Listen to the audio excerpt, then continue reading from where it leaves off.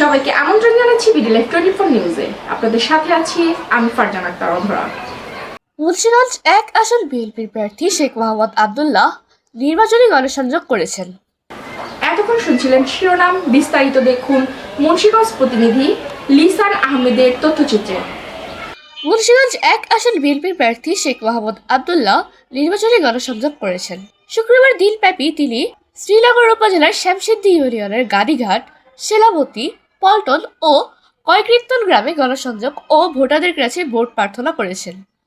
দুপুরে মত্তগ্রামে নির্বাচনী সভায় প্রধান অতিথি হিসেবে বক্তব্য রাখেন। এ সময় শ্যামসিদ্ধি ইউনিয়ন 3 নং ওয়ার্ড আওয়ামী লীগের সভাপতি জালাল শিকদার ও আওয়ামী লীগ নেতা আবুল হোসেন শিকদার বিএনপিতে যোগদান করেন। আপনাদের দোয়ার বরকতে যদি সংসদে যেতে পারি, এই মুন্সিগঞ্জ জায়গায় কোনো নেশা থাকবে না, কোনো চাঁদা থাকবে না, কোনো সন্ত্রাস থাকবে না। আমার নেতা তারেক রহমান বলছেন বিএনপিতে কোনো সন্ত্রাসের জায়গা নাই।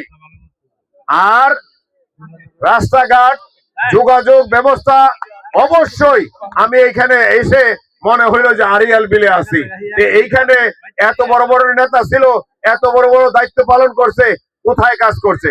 যাই হোক, এই অবকাঠামো যেটা উন্নত, বিএনপি আসলেই এই সব উন্নয়ন হয়, বিএনপি আসলেই জনগণের সেবা করে। আপনারা জেনে খুশি হবেন, আমাদের নেতা তারেক রহমান অলরেডি 31 দফা বাস্তবায়নের কর্মসূচি দিয়েছে।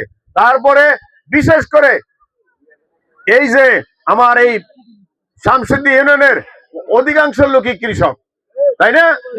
এই কৃষকদের জন্য কৃষক কার্ড দিছে। এই কার্ডটা আপনি পাবেন। এই কার্ডটা পেলে আপনি কীটনাশক, আপনার বীজ, আপনার সার স্বল্প দামে নিতে পারবেন, অল্প দামে।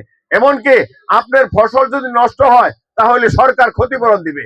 আর যদি আপনার টাকার প্রয়োজন হয়, ব্যাংকে থেকে আপনি লোন নিতে পারবেন অল্প সুদে, কম সুদে।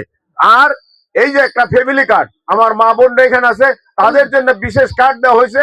এই কার্ডের মাধ্যমে সে তার ফ্যামিলির যেসব জিনিসপত্র লাগে সেগুলি অল্প দামে নিতে পারবে।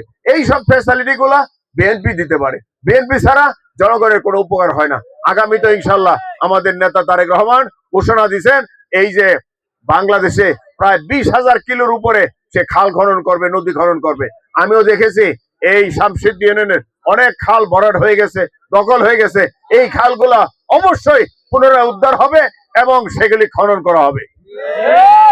আপনারা যেহেতু ক্ষুধার্ত, এখন আর বেশি বক্তৃতা দেব না। আমি শুধু বলবো, আমার জন্য প্রাণ খুলে দোয়া করবেন, আল্লাহ যেন আমাকে সর্বপ্রকার বালা মুসিবত থেকে রক্ষা করে এবং আমি যেন সুস্থ থাকতে পারি। আর এই 5.5 লক্ষ ভোটারের মনের আশা পূরণ করতে পারি। সবকিছুর মালিককে আল্লাহ আমাদেরকে দিবে। আমরা চাবো, আমরা ওয়াদা করব, আমরা যতই চেষ্টা করি না কেন, আল্লাহ ছাড়া আমাদের উপায় নাই। আল্লাহ আমাদের সহায় হোক। আর আপনারা সুস্থ থাকেন। আল্লাহ আমাদের সবার মনের আশা পূরণ করুক। আমাকেও যেন আল্লাহ সুস্থ রাখে। এতক্ষণ আমাদের সাথে থাকার জন্য ধন্যবাদ। সবসময় বিডি লাইভ 24 নিউজের সাথে থাকবেন। বিডি লাইভ 24 নিউজ, সত্যের সন্ধানে অবিরাম।